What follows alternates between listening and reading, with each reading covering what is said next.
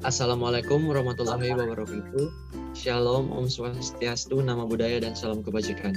Perkenalkan, saat ini kami dari kelompok 2 akan mempresentasikan salah satu materi dari berpikir kritis, yakni logical fallacy atau sesat berpikir. Adapun anggota dari kelompok 22, yakni dari NIM 107 sampai 111, yaitu yang pertama Ayu Pramesti, Angel Feren, Bergema Silalahi, Prayer Sulangau, dan Willy Mangginaan. Kita masuk pada pembahasan. Apa sih yang menjadi pengertian dari logical fallacy itu sendiri? Fallacy berasal dari kata fallacia yang berarti deception atau menipu. Sesat berpikir atau logika fallacy adalah tipe argumen yang terlihat benar namun sebenarnya mengandung kesalahan dalam penalarannya, sehingga argumen yang disampaikan menjadi tidak valid atau tidak relevan. Kesalahan berlogika ini atau dapat disebut juga dengan sesat berpikir dapat berupa sebuah trik atau sebuah ilusi pemikiran yang nantinya dapat menimbulkan sebuah ketidakmasukakalan dalam sesuatu yang dimana seringkali kita temukan di sekitar kita atau secara sadar terkadang kita juga melakukannya sendiri.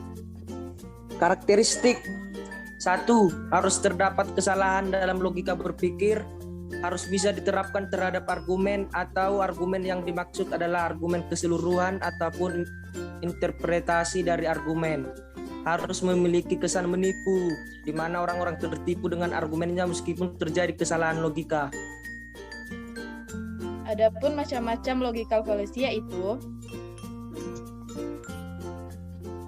yang pertama ada ad hominem atau menyerang sesuatu yang tidak ada hubungannya dengan topik pembahasan. Contohnya ketika ada pembahasan tentang perubahan iklim yang ekstrim, kemudian ada seseorang yang merespon, kamu mah tinggal di rumah mewah, pendapatmu gak guna. Persoalan tempat tinggal seseorang jelas tidak ada hubungannya dengan yang berargumen mengenai perubahan iklim yang ekstrim.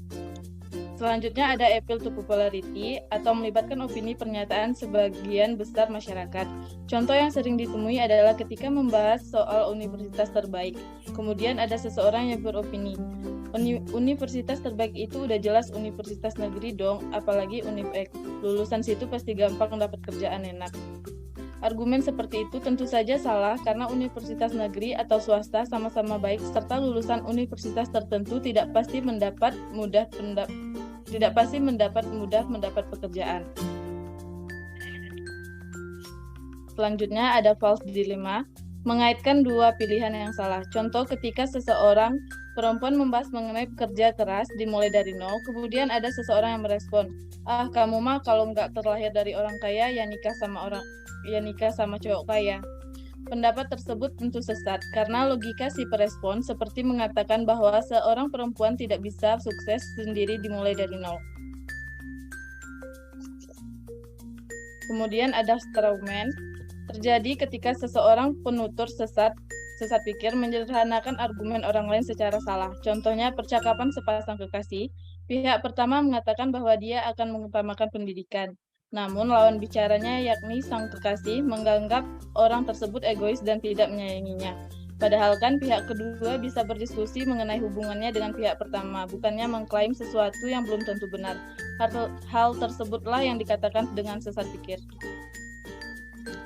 Yang kelima, post hoc. Terjadi ketika seseorang merasa terlalu percaya dengan suatu hal dan terkesan hiperbola atau terlalu berlebihan dengan hal tersebut. Contohnya, orang yang percaya bahwa kejatuhan cicak dapat membawa malapetaka. Kedatangan burung piak atau gagak akan mendatangkan kematian. Yang keenam, circular argument. Terjadi ketika pendapat seseorang hanya berputar-putar dan terus diulang tiada akhir.